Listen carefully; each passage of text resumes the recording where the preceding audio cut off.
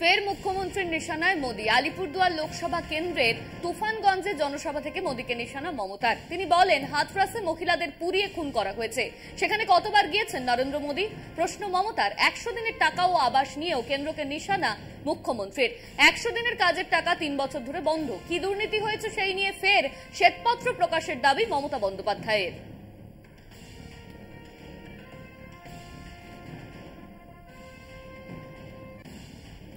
কোচবিহারের বিজেপি প্রার্থী নিশীথ প্রামাণিককে কড়া ভাষায় আক্রমণ মুখ্যমন্ত্রীর। তুফানগঞ্জের জনসভা থেকে মমতা বলেন, 5000 লোক আশ্রয়হীন। কোচবিহার থেকে নিশীথকে তাড়িয়ে দিয়েছিলাম, রাজ্যে এসে একজন বড় বড় কথা বলে গিয়েছেন। আমাদের কাছে যিনি আপদ, বিজেপির কাছে সম্পদ।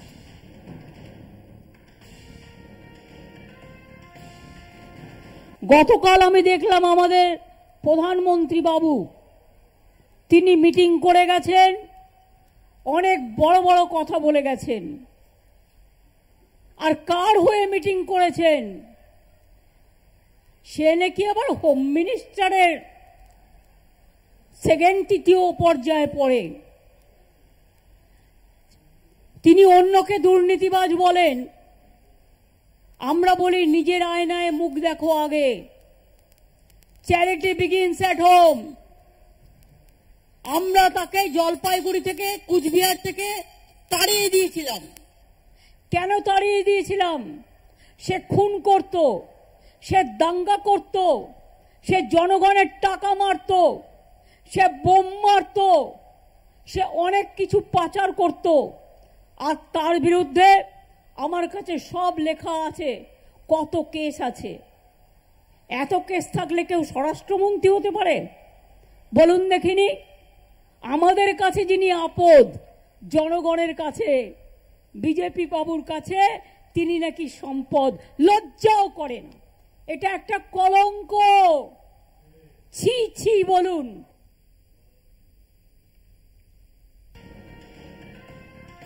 ভোটের মুখে রাজ্যপালের সংঘাতে নয়া মোড়। নির্বাচনী আচরণবিধি লঙ্ঘনের অভিযোগ, শিক্ষামন্ত্রীকে মন্ত্রিসভা থেকে সরানোর সুপারিশ রাজ্যপালের। জাতীয় নির্বাচন কমিশনের কাছে সুপারিশ সিবি আনন্দ বোসের। ব্রাত্য বসুর বিরুদ্ধে গৌরবঙ্গ বিশ্ববিদ্যালয়ে ওয়েব কুপার সম্মেলনে সামিল হন রাজ্যপাল।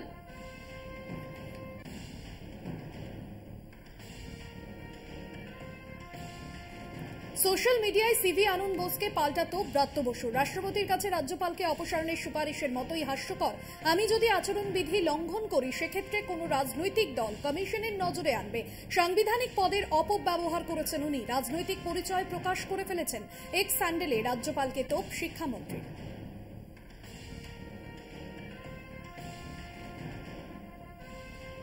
একদিকে রাজ্যপাল সংঘাত তুঙ্গে, রাজ্যপালের শিক্ষামন্ত্রীকে অপসারণের সুপারিশ ঘিরে শুরু রাজনৈতিক চাপানুতর।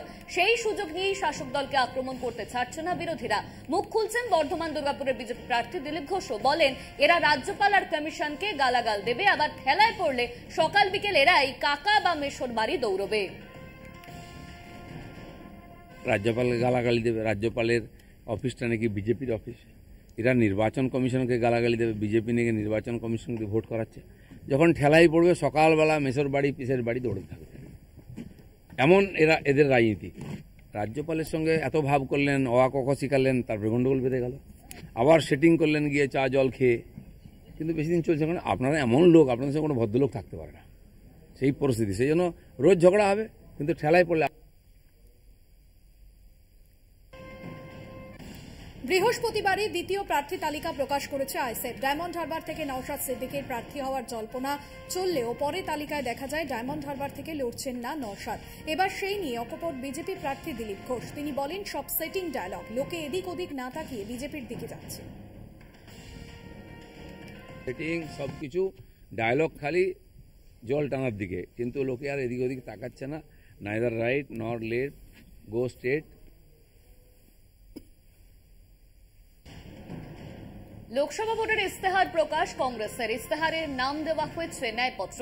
দিল্লিতে কংগ্রেসের সদর দফতরে সোনিয়া গান্ধী, রাহুল গান্ধী, মল্লিকার্জুন খার্গে নির্বাচনী ইস্তেহার প্রকাশ করা হয়েছে। ইস্তেহারে 25 ধরনের গ্যারান্টির কথা বলা হয়েছে। কংগ্রেস ক্ষমতায় এলে কর্মসংস্থানের নিশ্চয়তার পাশাপাশি ঋণ মুকুব কমিশন গঠন করা হবে। দেশের 30 লক্ষ সরকারি শূন্য পদে চাকরি, 25 লক্ষ টাকা পর্যন্ত স্বাস্থ্য বীমা, মহিলাদের আর্থিক সহায়তা, জাত গণনা এবং 50% পর্যন্ত জাতভিত্তিক সংরক্ষণ, আর্থিকভাবে পিছিয়ে পড়া উচ্চবর্ণের বছরের জন্য 10% সংরক্ষণের প্রতিশ্রুতি রয়েছে কংগ্রেসের ইস্তেহারে।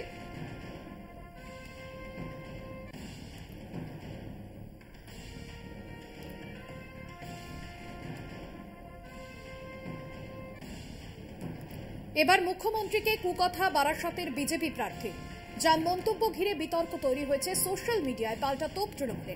বিজেপির নিম্নরুচির পরিচয় অব্যাহত। আমাদের পবিত্র ভূমিতে এমন আচরণের জায়গা নেই। দেশের একমাত্র মহিলা মুখ্যমন্ত্রী মমতা বন্দ্যোপাধ্যায়, তার উদ্দেশ্যে এমন আচরণ লজ্জার। পরপর পোস্ট শশী পাজা, চন্দ্রিমা ভট্টাচার্য। বুথের পাহারায় থাকবে কেন্দ্রীয় বাহিনী আর বুথের বাইরে থাকবে বিজেপির বাহিনী। দলের নেতা কর্মীদের এমনই বার্তা দিলেন বিজেপি বিধায়ক ও বিষ্ণুপুরের সাংগঠনিক জেলা সভাপতি অমরনাথ শাখা। বিজেপি বিধায়কের এই বার্তা প্রমাণ করছে ভোটে তারা সন্ত্রাস করতে চলেছে। প্রতিক্রিয়া তৃণমূল প্রার্থী সুজাতা মণ্ডলের। মানে আপনারা ভোট লুট করবেন, আপনারা রিগিং সন্ত্রাস করবেন, ভেতরে ছাপ্পা করবেন কেন্দ্রীয় বাহিনীকে নিয়ে, এদিন বলে দিচ্ছেন। মানে বিজেপির জেলা সভাপতি, বিজেপির এমএলএ ওনা বিধানসভা, তিনি অ্যাকচুয়ালি ইনডাইরেক্টলি বলে দিলেন যে তার মানে তাদের বিজেপির বাহিনী রাস্তায় মানুষকে সন্ত্রস্ত করবে আর ভেতরে মানুষজনকে বোকা বানিয়ে ওনারা কেন্দ্রীয় বাহিনীকে ক্যাপচার করে নিয়ে বুথ লুট করে ভোট দখল করে ছাপ্পা রিগিং সন্ত্রাস করবেন। জেনে রাখুন, আমরা এখনো মরে যাইনি, আমরা বেঁচে আছি। যেভাবে আপনি ওনা বিধানসভায় জিতেছিলেন বা আপনার প্রার্থীদেরকে আপনারা জিতিয়েছিলেন, ঠিক আছে, তাহলে আপনার রামসাগরে জেলা পরিষদ জিতলো কি করে? যদি সেটাই হয়ে থাকে, যদি তৃণমূল এত চোর হয়ে থাকে, তাহলে আপনাদের লোকজন জিতলো কি করে? আপনি যেহেতু বিজেপির এমএলএ, তাই কথাটা বলছি। আপনি যেভাবে তৃণমূলকে আক্রমণ করছেন, তৃণমূলকে চোর বলছেন, আপনারা তো বড় বড় ডাকাত মশাই। আপনি তো পুরো বিষ্ণুপুর লোকসভাটাকে আপনাদের প্রার্থী বেছে দিয়েছে, কোনো কাজ করেননি। আপনি ওনার বিধানসভার মানুষকে কোনো সাহায্য করেন না। আপনাদের বিজেপি তো করে দেশটাকে বেঁচে দিল। ওয়েট করুন, ওয়েট এন্ড ওয়াচ। 4টা জুন আপনাদের বলতি বন্ধ করে দেবে মানুষ, আপনাদের ডাস্টবিনে ছুড়ে ফেলে দেবে।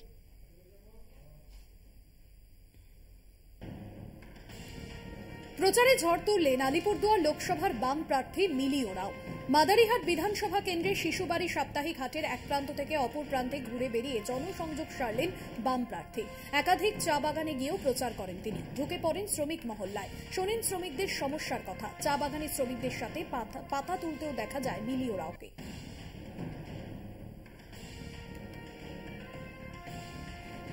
প্রচারে বেরিয়ে প্লাস্টিক দূষণ নিয়ে সতর্কতা বার্তা বিজেপি প্রার্থী হিরণ চট্টোপাধ্যায়ের। পশ্চিম মেদিনীপুরের দাসপুর 2 নম্বর ব্লকের একাধিক জায়গায় প্রচার সারেন ঘাটালের বিজেপি প্রার্থী তথা অভিনেতা হিরণময় চট্টোপাধ্যায়। সোনামুই হাটতলাতে বিজেপি কর্মীরা কয়েকটি পলিথিন ফেলে দিলে নিজের হাতে সেই পলিথিন কুড়িয়ে কর্মীদেরকে সচেতন করেন বিজেপি প্রার্থী। বলেন, এইভাবে পলিথিন ফেলা উচিত নয়। বাজারে ছিলাম, আমি সেখানে গিয়ে দেখলাম যে কয়েকটা পলিথিন পড়ে আছে রাস্তার উপরে। আমি সঙ্গে সঙ্গে পলিথিনগুলো তুলে, মানে এটা কোনো স্ক্রিপ্টেড ছিল না, আমি দেখলাম যে আমার পায়ে অনেকগুলো পলিথিন পেপার জড়িয়ে যাচ্ছে। আমি সঙ্গে তাকিয়ে দেখলাম যে 3-4টে পলিথিন পেপার রাস্তার উপরে পড়ে। এই রাস্তা তো মোদিজি করলেন কদিন আগে, তো এই মোদিজি আপনাদের এই পাঁশকুড়া থেকে ঘাটাল রাস্তাটা বানিয়ে দিলেন। সঙ্গে সঙ্গে পলিথিনগুলো তুলেছি এবং সমস্ত কর্মীকে বলেছি যে রাস্তায় যখনই কিছু দেখবে সঙ্গে সঙ্গে হাতে তুলে ফেলে দেবে। আমরা নিজেরা না পরিষ্কার করলে কে করবে?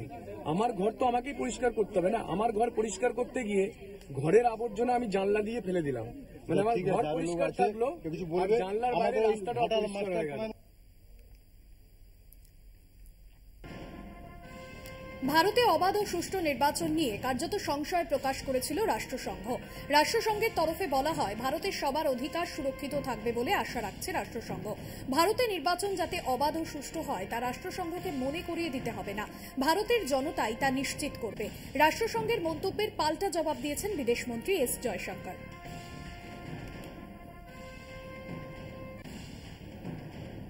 বক্রেশ্বর মন্দিরে পুজো দিয়ে ভোটের প্রচারে বীরভূমের বিজেপি প্রার্থী দেবাশিস ধর। হেঁটে জনসংযোগ প্রার্থী। সারাদিন ধরে একাধিক কর্মসূচি রেখেছেন দেবাশিস। বিজেপি কর্মী সমর্থকদের বাড়িতেই খাওয়া দাওয়া করার পরিকল্পনা দেবাশিসের। এদিন বীরভূমের তাঁতিপাড়া, চন্দ্রপুর, রাজনগর সহ একাধিক এলাকায় নির্বাচনী প্রচার করেন দেবাশিস ধর।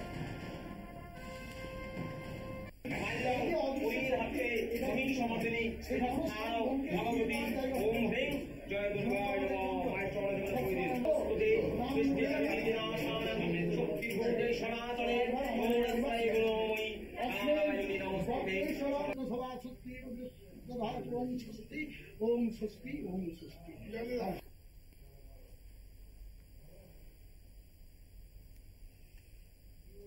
যারা কলকাতার বাইরে যায় না তারা রাজনীতির কি বোঝে, অনেকে সারা বছর টিপ্পনি করে। দিলীপ ঘোষ কি রাজনীতি করে এটা বাংলার মানুষ জানে, মন্তব্য বিজেপি প্রার্থী দিলীপ ঘোষ। কলকাতার বাইরে কোনোদিন যাই না, তারা রাজনীতি বুঝবেটা কি? পাঠান না 4 ঘন্টা 5 ঘন্টা রোদে ঘুরুক, দুদিনের চেহারা পাল্টে যে বাড়ির বউ চিনতে পারবে না। সেজন্য দিলীপ ঘোষের সঙ্গে রাজনীতি করতে হলেও মাঠে নামতে হবে। এখানে স্টেটমেন্ট দেওয়া যেতে পারে, যারা সারা বছর স্টেটমেন্ট দেয় আমি একবার দিলে তাদের বরাবর হয়। আমি তো কাউকে ডেকে নিয়ে যাইনি, আমি কোনোদিন প্রেস কনফারেন্স করি না, ঠান্ডা করে বসে আমি ডিবেটেও আসি না, বন্ধুরা বলেন তাই আসি। দিলীপ ঘোষ কি রাজনীতি করে এটা পশ্চিমবাংলার মানুষকে জিজ্ঞেস করুন, আর রাস্তায় নামুন, দেখা যাক।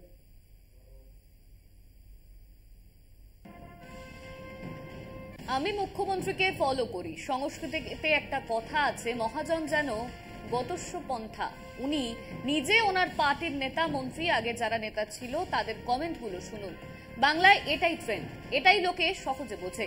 ওনারা যে এগুলো হজম করতে পারবেন না, ওদের যে হজম শক্তি এত কম, এটা আমি জানতাম না। যেটা বলেছেন আমি তো ওনাকেই ফলো করি, বড় লোকেদেরকে ফলো করে নেই। মহাজন জেনগত সব পন্থা, উনি ওনার পার্টির নেতা মন্ত্রীরা, এর আগের যারা মন্ত্রী ছিলেন তাদের ডায়লগ শুনুন। দিলীপ ঘোষ তো রাজনীতি করতো না কোনোদিন। আমি মনে করলাম এটাই বোধহয় ট্রেন্ড, আমার মনে হয় এটা সহজে লোকে বুঝতে পারে, কিন্তু ওনারা যে হজম করতে পারেন না, এত হজম। রমজান মাস শেষ হলেই টানা নির্বাচনী প্রচারে উত্তরবঙ্গে যাবেন তৃণমূল কংগ্রেসের সর্বভারতীয় সাধারণ সম্পাদক অভিষেক বন্দ্যোপাধ্যায়। ঈদ শেষ করে উত্তরবঙ্গে সভা ও রোড শো করবেন তিনি। 12 এপ্রিল ধূপগুড়ি দিয়ে সভা শুরু অভিষেক বন্দ্যোপাধ্যায়। 13 এপ্রিল কোচবিহারের সিতাইতে রোড শো করবেন অভিষেক।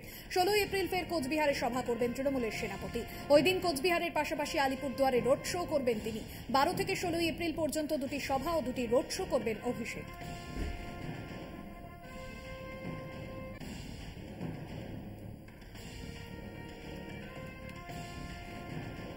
ভোটের ডঙ্কা বেজে গিয়েছে, দেশ জুড়ে প্রচারে নেমেছে রাজনৈতিক দলগুলি। দলীয় প্রার্থীদের সমর্থনে জোর কদমে প্রচার চালাচ্ছেন মুখ্যমন্ত্রীরাও।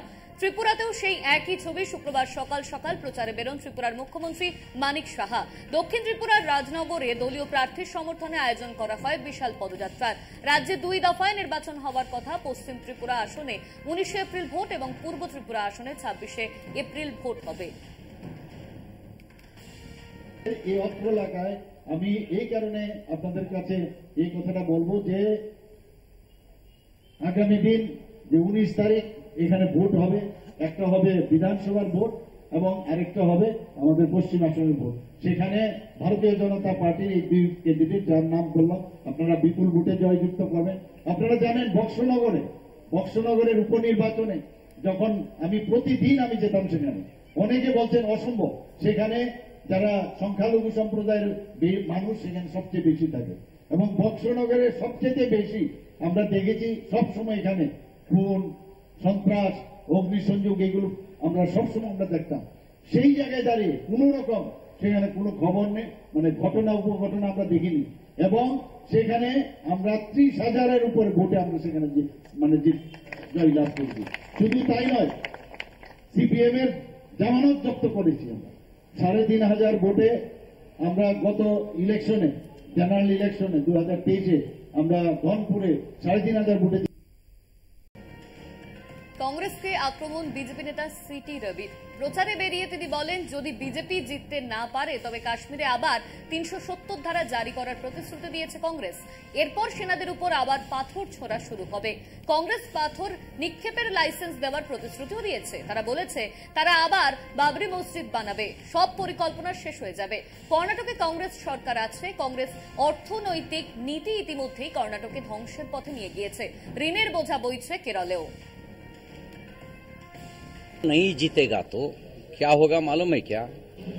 आर्टिकल 370 फिर लागू करने का वादा किया है कांग्रेस। आर्टिकल 370 लागू करने के बाद सैनिकों के ऊपर पत्थर से डालता है।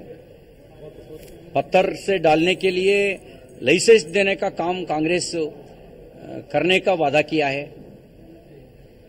आर्टिकल 3 भाजपा सरकार नहीं आएगा तो ओवैसी के लोग जैसे नेता क्या स्टेटमेंट दिया आपका याद करना चाहता हूं। उन्होंने बोला आज राम मंदिर बना है,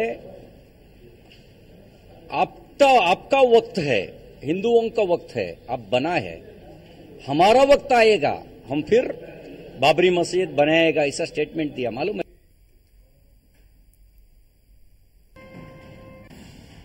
সপ্তাহে 5 দিন আইনজীবীর সঙ্গে সাক্ষাৎ চেয়ে আদালতে কেজরিওয়াল। সোমবার কেজরিওয়ালকে 15 এপ্রিল পর্যন্ত জেল হেফাজতে পাঠিয়েছে আদালত। এরপরেই তিনি ভগবদ গীতা, রামায়ণ এবং হাউ প্রাইম মিনিস্টার্স ডিসাইড শিরোনামে 3টি বই চেয়ে আদালতে আবেদন পেশ করেন। সপ্তাহে 2 দিন আইনজীবীর সঙ্গে সাক্ষাৎ যথেষ্ট নয়, কারণ বিভিন্ন রাজ্যে তার বিরুদ্ধে একাধিক মামলা রয়েছে। সেই প্রসঙ্গে আইনজীবীর সঙ্গে সপ্তাহে অন্তত 5 দিন সাক্ষাৎ করার সুযোগ দেওয়া হোক, নয়া আবেদন কেজরিওয়ালের।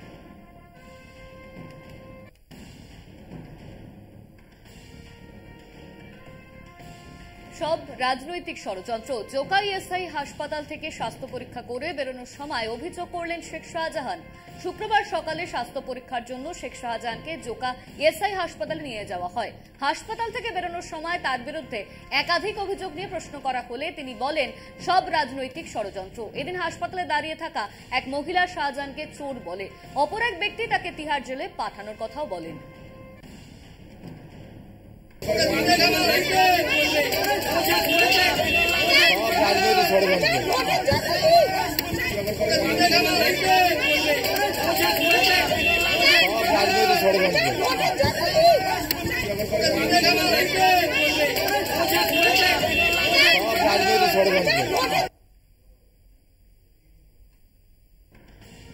প্রধানমন্ত্রীর রোড শোয়ে উপস্থিত স্কুল ছাত্ররা। বিদ্যালয়ের বিরুদ্ধে এফআইআর দায়ের। কোন আইনে এফআইআর দায়ের? কোয়েম্বাটুর পুলিশের জবাব তলব করল মাদ্রাজ হাইকোর্ট। 18 মার্চ প্রধানমন্ত্রী মোদীর রোড শোয়ে স্থানীয় একটি স্কুলের পড়ুয়াদের ইউনিফর্ম পরে উপস্থিতি নিয়ে শুরু হয় বিতর্ক।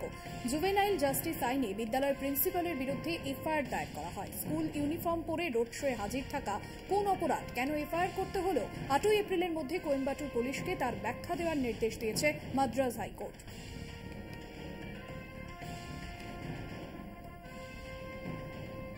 নতুন ভোটারদের উৎসাহ প্রদান করতে জাতীয় নির্বাচন কমিশন এবং ফালাকাটা ব্লক প্রশাসনের উদ্যোগে আয়োজিত সচেতনতা শিবির।